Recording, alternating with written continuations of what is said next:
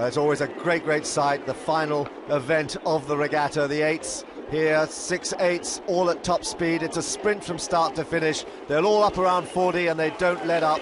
It's all the way through for the 5¼ minutes. At the bottom of the picture there, closest to you, Germany in the pink boat, then in white, 2 from the bottom, Australia, then the dark boat of the United States, 3 from the top are Canada, and then it's Great Britain and France furthest away from you, and it is the Americans who've got the very quick start. So Mike Tatey's men with an early advantage. Yeah, they were off at 47 strokes a minute, and they really have moved out in front. It's a great start for them, looking good, blades well parallel there. Bit of a popple on the water, bit of a bounce, but they are moving, they are shifting. Yeah, they've done a bit of changing around in the American boat throughout the regatta week here, but it is Jonathan Watling who's the man who's in the stroke seat today for the American 8. And they've also got the very experienced Peter Cipollone, the coxswain there, a man who tasted victory in 97, 98 and 99 with the Americans when they were so dominant and then disappointed so much at Sydney. Here come Canada. Canada have made a move really early on. Already there, they've started to move just ahead of the United States. Just moved up with that distinctive lie back. Look at the bowman there, really lying back in the finish there. And into this wind, into this difficult headwind, that's exactly what they want to do. Because they want to keep those blades in the water for as long as they can and really drive their bows into this headwind, stay buried, and then out quick and on to the next stroke. They are doing the right thing here, and it's working for them. Yeah, very short-lived advantage there for the Americans. Canada now moving up into the lead, and on the far side, Great Britain just about in the bronze medal position. Now, this is an improving 8, Dan. Yeah, this is a British 8 there. They've come on a lot just through this season.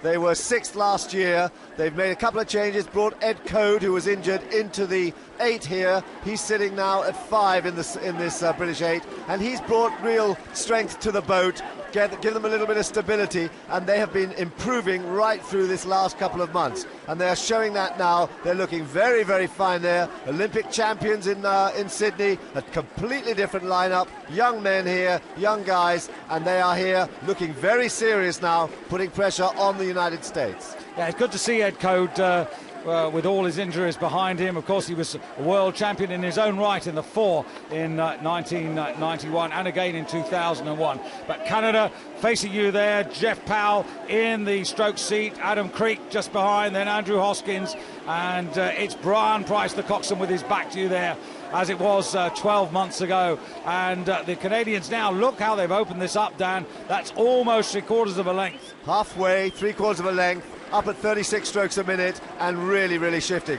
The United States, they're up at 37 strokes a minute, but they can't make an impression as Canada keep on moving away. Great Britain still sitting there, just 1/4 of a length down on the United States, but Canada, this lie back there, they are forcing it back. Look how they just push those finishes away. They are staying there, 3/4 of a length up and looking strong. Yeah, we haven't seen much of the British crew, but worth a comment, I think, about young Tom James in the stroke seat, a man of much promise. Yeah, he's 18 years old. He was in the Cambridge boat that raced in the boat race. Sitting behind him is Robin Bourne-Taylor, who was in the Oxford boat. There was only 1 foot separating those two boat race crews 3 months ago. Now here they are, partners in this extraordinary effort here by Great Britain, sitting in the stern pair. There they are, moving up there. They're still only a couple of feet down on the United States, and it's this great combination in the stern of this British 8 that seems to be locking it together. It's a very strong boat, and they are really feeling their strength now as they sit there, these 3 crews, all beginning to move back a little bit on Canada. And there is Tom James, you just saw him momentarily there, and once again we've got a pincer situation. We've got Canada having to keep an eye on the British to their right and on the Americans to their left. Well, it's 37 strokes a minute to the British crew, and they are moving up all the time there. It's Biff Simmons sitting at 6 in that boat. He's really improved in the last couple of years, and he is sitting there anchoring the boat at 6. But it's Canada as they go into the last 500 metres, 3/4 of a length ahead, and it's Great Britain and the United States dead level, almost a length clear there of lane 6, France. And I just wonder, Dan, again, whether the Australians and Germans are being hampered by the conditions, because they're rather a long way off the pace for the form we know they can produce. Well, Germany have been pretty dominant on the European scene for the last couple of years. They were second last year. You wouldn't expect them to be languishing 8-9 seconds behind these leading crews. So certainly it's having an effect. But these two are in the middle of the race. Canada and the United States, they're in the middle of the course. So certainly they're pretty evenly matched, and that's a fine performance from Canada in the last 200 metres of this race. Yeah, very interesting. The Canadians not getting away as they did last year in Seville. The Americans now really mounting a challenge as we come to the absolute business end of the race there. Brian Price having a look round now because his lead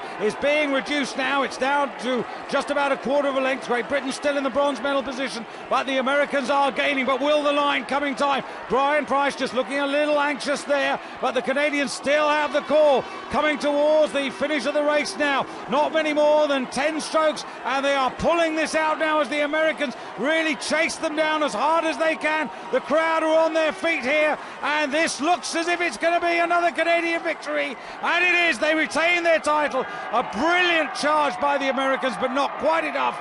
Britain take third place ahead of France on the far side, who finished rather surprisingly ahead of Australia and Germany. Well, what a fantastic finish there. Great rowing there from Canada. They went up